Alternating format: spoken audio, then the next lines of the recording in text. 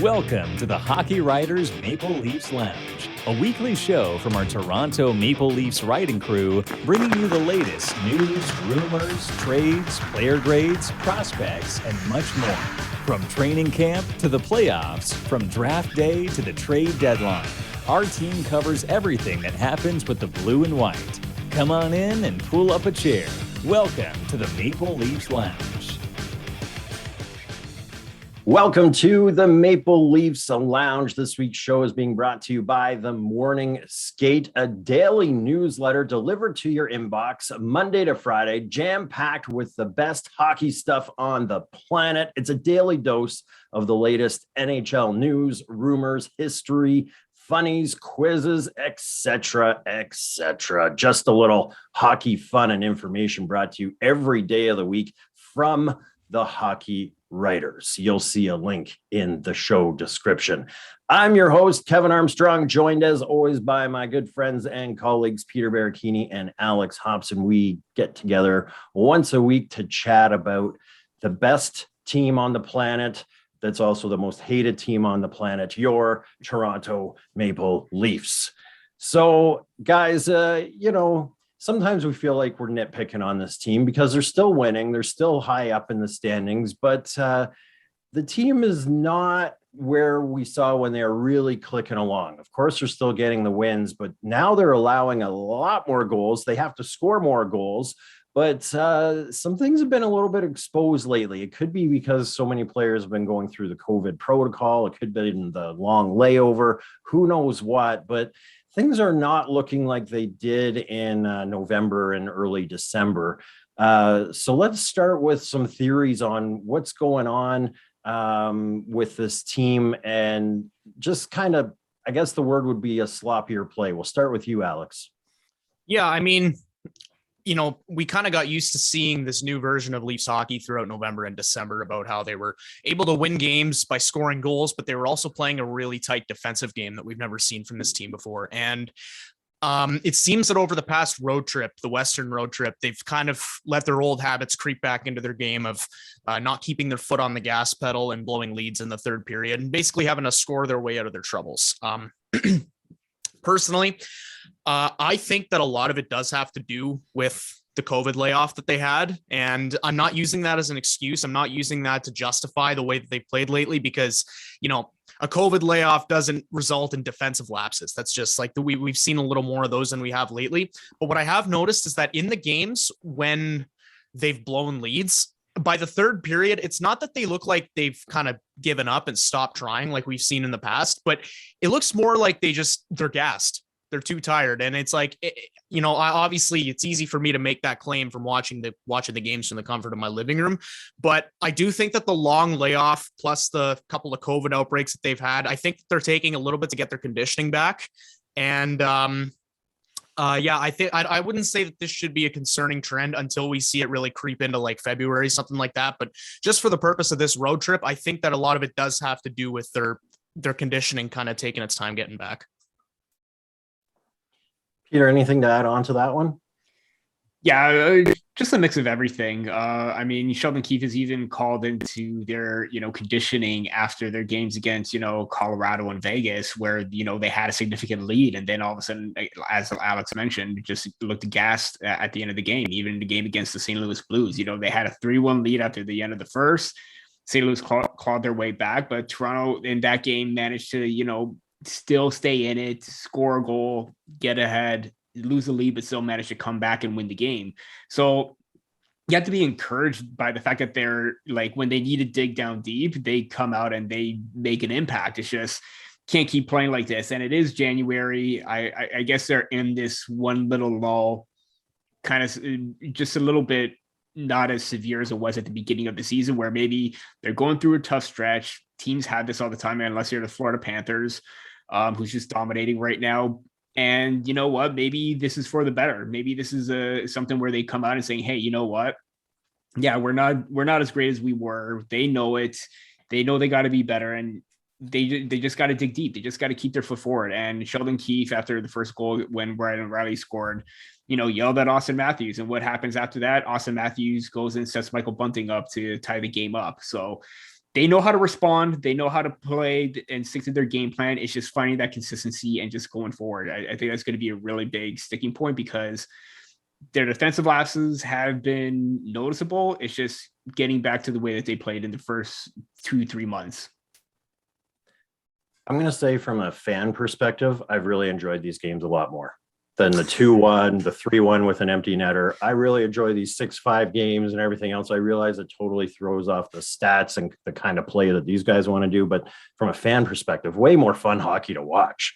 I'm going to say, though, and it's something I've been trying to work on for a little while now, is I feel like kind of similar to what you guys are saying with COVID, I think this has really exposed their depth. We thought this team had a lot of depth, whereas after that third line, there's a big fall off. And that's what happened with Colorado. We heard Keefe say, how was he supposed to keep Kyle Clifford on the ice when Nathan McKinnon's out there? That was similar to St. Louis. These fourth line guys are getting 3 minutes. So the top line guys are gassed by the end of the game. They're playing the entire game against the elite. There's no fourth line energy line to help out there. Huge drop off. We really saw it when Marner and Engvall were out. That third line or fourth line, I should say, was atrocious, terrible.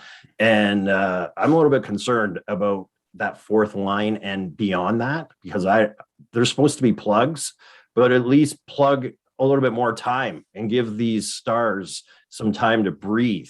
Because I think that's what's happening to the team right now. Yeah, I could see that. I mean, obviously the Leafs didn't really envision having Kyle Clifford on their fourth line, but the way that COVID's happened and the way that injuries sort of taken place lately, it has kind of exposed that we haven't really seen too much of the fourth line. And truthfully, I think that's something that'll probably be addressed as we get closer to the trade deadline. I'm sure Sheldon Keefe doesn't want to be throwing Kyle Clifford out there if a guy gets injured or I don't know, a guy like Brett Saney or something like that. I think obviously in a perfect world, you've got guys that you can trust to take some weight off of the top guns' backs. And like you said, Kevin, not go out and play 3 minutes a night.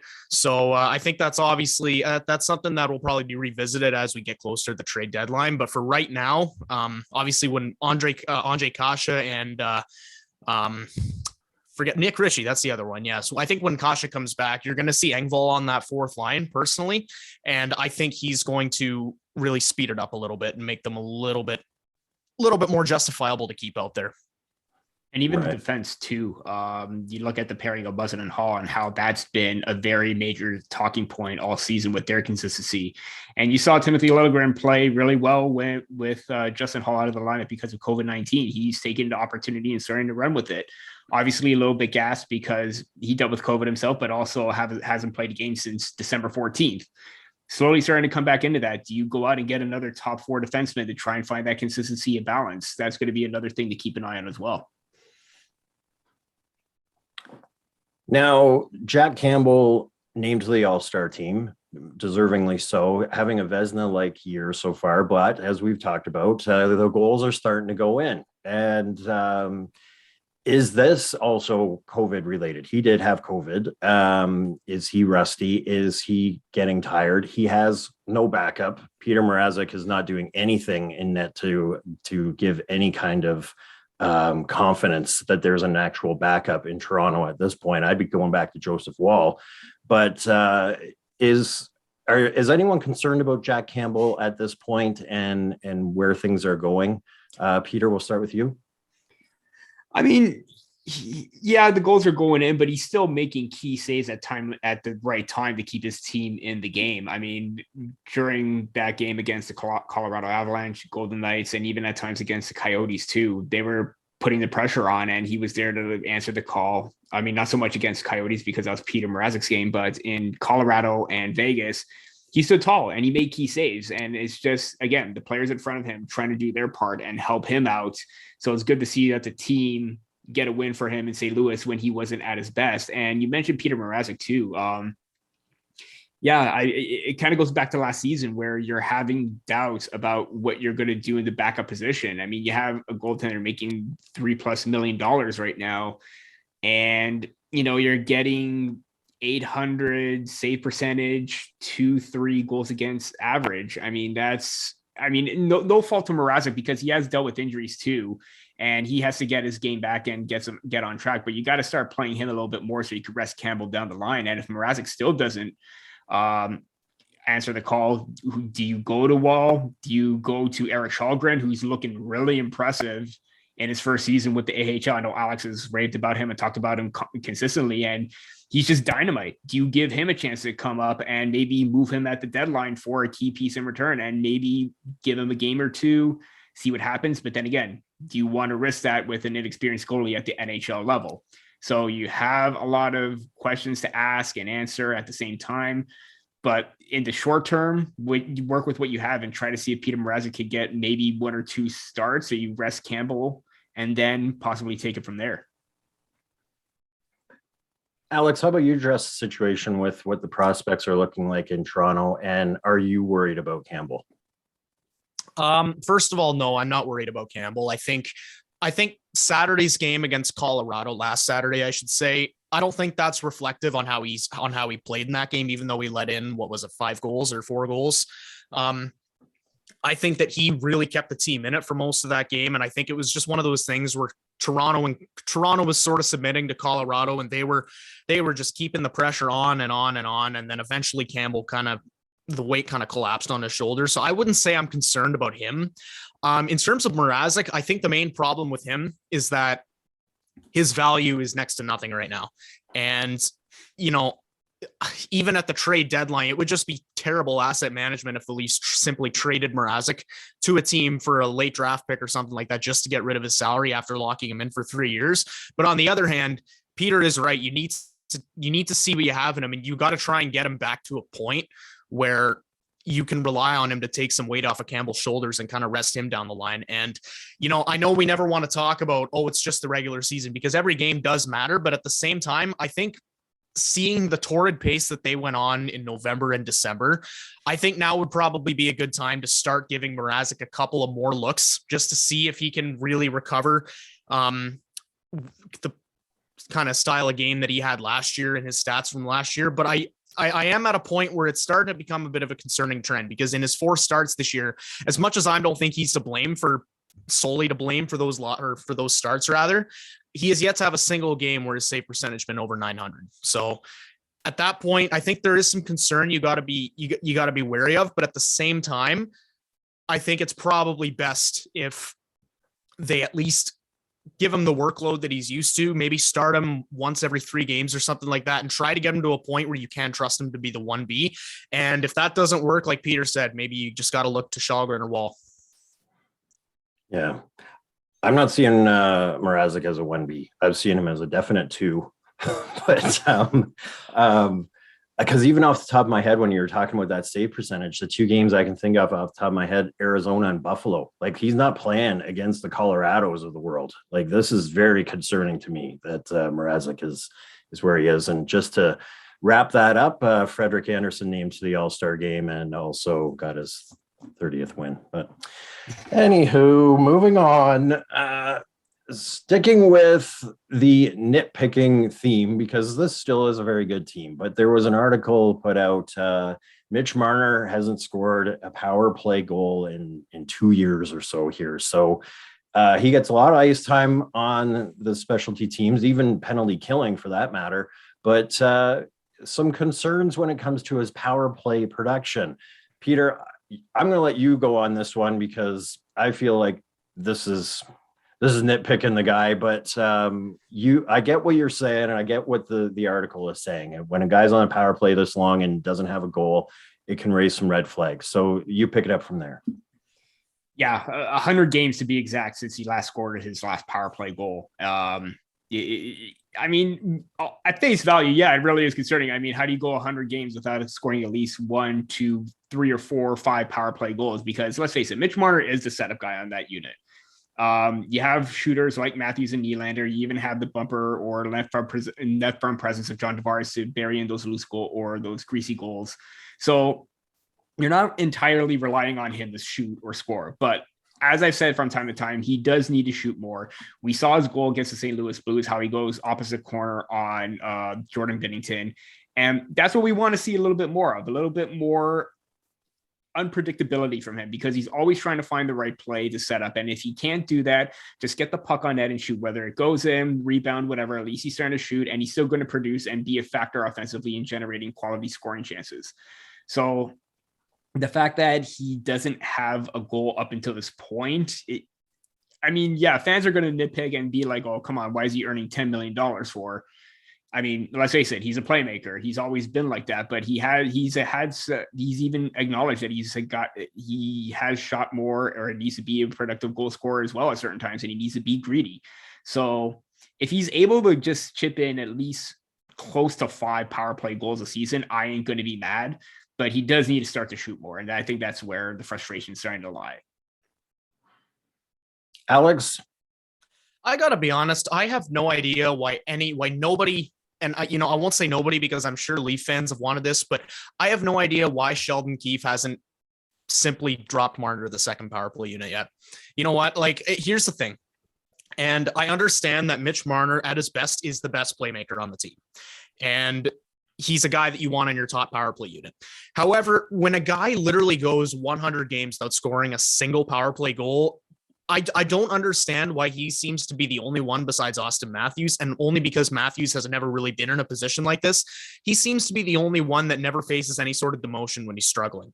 And I'm not saying that as a knock on Mitch Marner, because I understand that, especially this is kind of bad time because he played a really good game last night. We saw the way he set up Auston Matthews for his power play goal. And then, like you said, Peter, Mitch Marner's goal last night was filthy on its own. But the way I see it, the Leafs have been loading up the top power play unit for pretty much 2 years now, give or take. And there have been times in the past where John Tavares and even William Nylander have dropped down to the second power play unit, but we have not once seen Mitch Marner on the second unit. And the thing is, if the Leafs were to put him there just to try and snap him out of this funk and maybe take him out of the bigger spotlight and put him sort of in a smaller one, it's not like they're putting him out there with Nick Ritchie and Kyle Clifford. Like, Michael Bunting's out there, Jason Spezza's out there, Rasmus Sandin's out there. There are guys out there that he can contribute with. So I don't understand why this entire time they've insisted on keeping Mitch Marner on the top power play unit. When you put him on the second unit, all of a sudden he is your main pinnacle for offense right there. And I think that's the best possible way to set him up for a goal, because besides Spezza, I don't really think there are any guys that are, straight shooters on that power play unit, unless you want to include Mikheyev. He's got 5 goals this year already, but yeah, I mean, I 100 games is a bit of a concern, and he's only got like 27 assists or something throughout those 100 games as well. So I don't know. I'd like to see Mitch Marner see a little bit of a demotion, and not necessarily to punish him, but just to try and get him going. Because at this point, if you've gone 100 games, he's still on the first unit and he still hasn't snapped out of his funk. Like, you got to try something different. Yeah, I like that thinking. And when I saw Wayne Simmons on the second power play last night, I was thinking that very much so. You guys like, and the thing about Toronto is they've got a lot of skill. If Mitch Marner was on a different team, I'm sure he'd have more power play goals. But yeah, I like the thinking of trying him on the second line, and I wouldn't even look at it as a demotion. I'd look at it as more of an evening out, so that, because really that team that's playing Toronto, once they get through that first minute and 10 seconds, they're like, whew, we're on to the second unit here now. Wayne Simmons is coming over the boards. We're okay. It's a bit of a relief. So if you've got Mitch Marner and Jason Spezza and Mikheyev and Sandin coming over the boards, that's a bit of a different tone. And you've got to keep that power play will maybe have some more consistency. Yeah, and they even try to put Mitch Marner in that bumper spot at the beginning of the season to try and get him to open up the game a little bit more and shoot. And we saw too many times where he's trying to go backhand pass to try and find somebody else, or even like to try and pass back to Auston Matthews. And that to me is just, a little bit too much predictability on his part. And like you said, Alex, trying to demote him to the second line would just throw the opposition off just a tad bit. And I know you don't want to see a $10 million player on the second power play unit, but let's face it, when you have, really capable players in McCabe and Spezza, and even Bunting for that matter, you throw Mitch Marner into that mix on a second unit, you have one top tier in power play against second unit for the penalty killers as well. So that's a big advantage for you in that department. Don't forget to sign up for the Hockey Writers Morning Skate at morningskate.io so you don't miss the best daily hockey newsletter on the planet, delivered every weekday at 8 a.m. sharp. Be the first to know what's happening in the world of hockey. What's happening in the world of hockey is Auston Matthews is simply awesome. He's really, really good. And man, I love, although they didn't win in Arizona, I always love when his parents are in the stands and we get to see them lots cheering him on, because we know what hockey parents have to go through to get these players to the rink growing up and everything else. So I always love seeing Austin parents or his parents in the stands. And he plays on a different level when he's in Arizona. I don't know if it was because Marner wasn't there and he was essentially doing two jobs at once, but holy cow, was he dancing. A few times that you heard the crowd going, ooh, one, like he was spinning. I'm telling you, boys, if he's ever in Arizona, I might be an Arizona fan to watch him play, because if you got to see that every night, my goodness. We are lucky that we get to see it in Toronto. And he's breaking records again, 10 straight road games with a goal now. That's the Leafs record, and he's starting to creep up on the NHL record that I think is 11. So he's right there. He's also the first Leaf in history of the franchise, and this is a 100-plus-year-old franchise, so that's, we're not talking Vegas or Seattle here, with 25 goals to start his career for 5 straight seasons. And we're still a long way to go in this. He's on a clip to get 60 goals this year. So we can always go on about Auston Matthews, but guys, where do you go with Auston Matthews at this point, and just how great he is playing? I think every day Auston Matthews sort of reminds us that he is a significant step above everybody else on the Leafs. And, there's just something about his game. He is the only player on the Leafs that I have confidence in to really put the game on his back and make a difference. And obviously I know there have been times when he's gone silent, such as in last year's playoffs, he was shut down pretty badly, but there's just something about him when he wants to turn it on and when he wants to take control of a game, he can do that. And like you said, Kevin, he's on pace to break another record if he scores his next road game, or tie another record, I should say. He's got 25 straight 25 goal seasons to start his career. This guy's just a gifted goal scorer. There's nothing else to it. Obviously I'm a little younger than both of you guys, so I wasn't able to watch some of the players maybe in the tail end of the 90s and the start of the 2000s, but he is the best player that I've seen throughout my entire time watching the Leafs. And I think he's every day he's putting himself in the discussion to be the best Leaf of all time when all's said and done. Yeah. That's a big one, because there's been some great Leafs, but Peter, do you agree with that? Where do you put Austin at this point?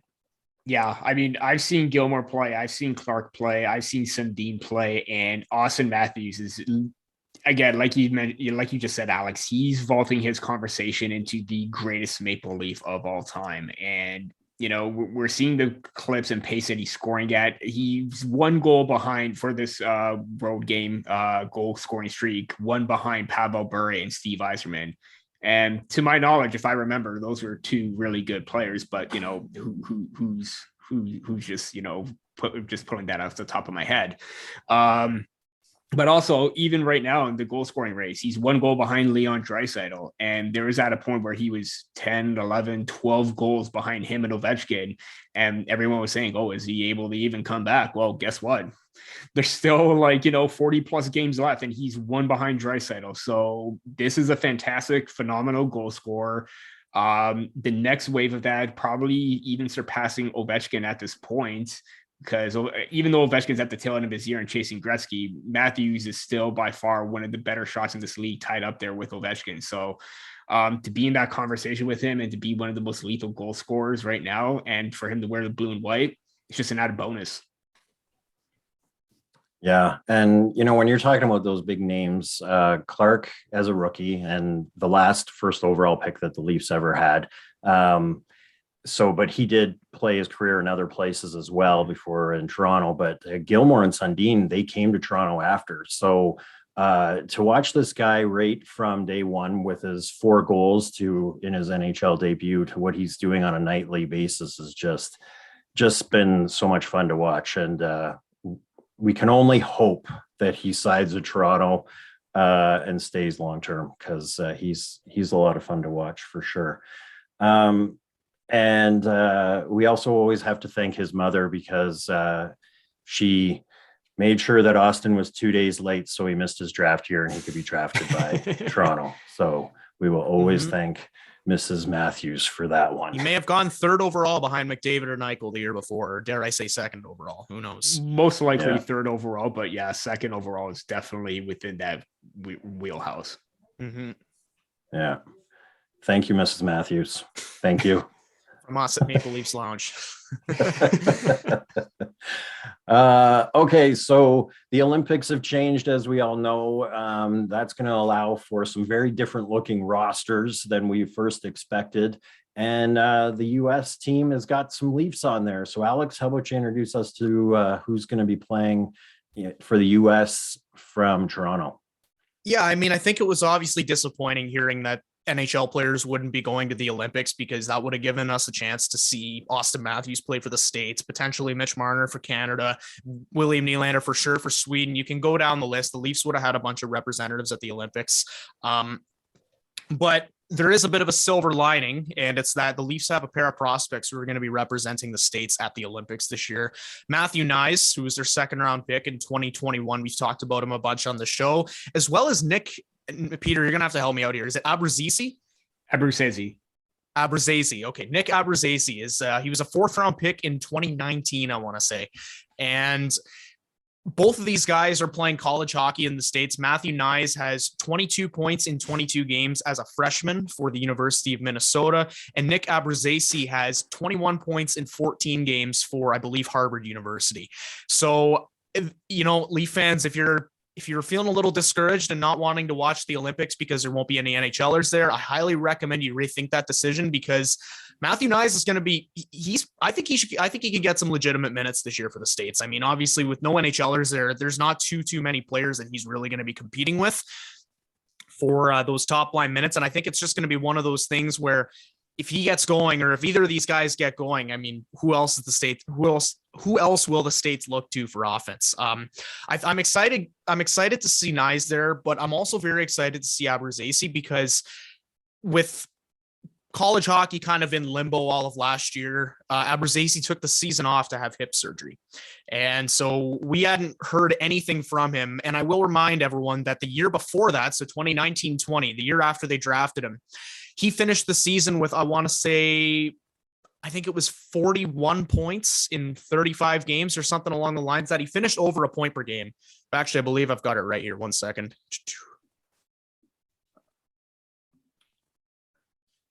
44 points in 31 games. Sorry. So he was very productive in his first season. He took the year off, and yeah. So you've got a couple of guys here who have been tearing it up in the NCAA, and it's going to be very exciting to see both of these guys play. I think a lot of Leaf fans kind of haven't really been exposed to Abruzzese as much as Knies, because Knies is the most recent pick he's been playing lately. But yeah, both these guys look like they're going to be providing something special for the States. So I definitely recommend tuning in. Peter, anything to add on that? Yeah, I mean, just a fantastic opportunity for fans to see both those players, especially, everyone is raving about Matthew Knies, but Nick Abruzzese has been, fallen down the depth charts and been flying under the radar quite a bit, but he has an exceptional amount of work ethic, and he's just a player that never gives up and always determined to give it always every single shift.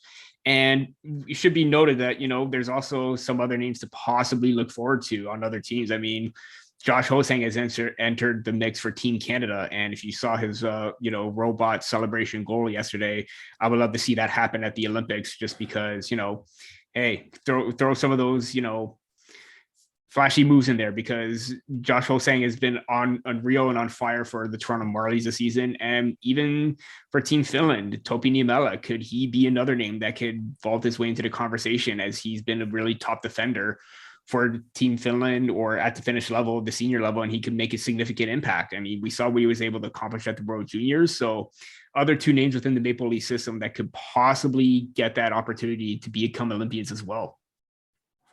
Wow. Yeah, and you guys know I got to see Nyes in person for that shortened World Juniors, and I'm excited to watch him at the Olympics because it was great to watch him play in that game. I couldn't get over his size, although he's listed at 6'3", 205. He looks bigger, and he's got such a reach to control the puck and keep defenders away from him. So, yeah, he's definitely part of the future for this organization for sure. Let's move right along to what else should we talk about, guys? We've hit on lots of things here. Any final comments on the Maple Leafs for this week? Well, we're going to have to get used to this little layoff because provided that game against Anaheim, which is supposed to be on Wednesday, the 26th, gets postponed once again, which I have no idea if it's going to, but based on what we've seen, it's at least have to keep it in the back of your mind. The Leafs are going to be very thin over the next couple of weeks. They've got 3 games that are confirmed to be played this Wednesday, this Saturday, and then next Saturday. So I guess just stay tuned. The Leafs will hopefully do enough to keep in shape, and maybe we'll get their conditioning back where it's supposed to be. But aside from that, nothing else from me. Peter? Let's just hope we get back to normal soon, and we won't have to cancel any more games. I'm just going to stop it right there because I think we're at the point now where maybe we could try and I don't know where I'm going with this. I just want some sort of normalcy. Like let's get back to playing some real games at this point. Yeah. So, and to put that out there is Auston can tie the record in MSG, which would be pretty cool. And then we've got to send lots of love to John Tavares because then he gets to play in front of his old Islander faithful. So that's always a insane game to watch. Islander fans get a lot of hate from everyone else, but they're kind of like the Philadelphia Eagle fans. There's these rabid fan bases out there, and it's rough on Tavares, but I always say you can't really, other than the idiots throwing punches and everything else, you can't really get on a passionate fan base. That's what we like to see, because when I watched that game in Arizona, I couldn't get over how empty it was. So I will take an Islanders passionate fan base over an empty rink any day. Mm-hmm. In case you haven't been convinced with the first 2 plugs, if you sign up for the Morning Skate newsletter, you'll get to relive some of Wes McCauley's most legendary moments as an NHL referee. Yeah, that's the kind of content that puts a smile on your face. So make sure you join the fun at morningskate.io.